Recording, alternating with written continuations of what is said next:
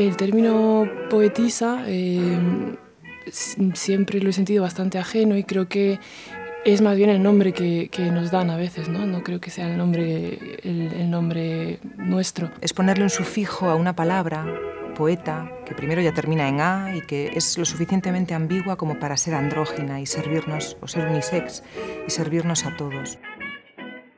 El lenguaje artístico no es esencialmente nada y que su ideología actual es patriarcal, pero eso no quiere decir que no sea subvertible. Y creo que es una cuestión más de abrir la mente y entender que hay espacios fuera del androcentrismo que el propio género que lo alimenta.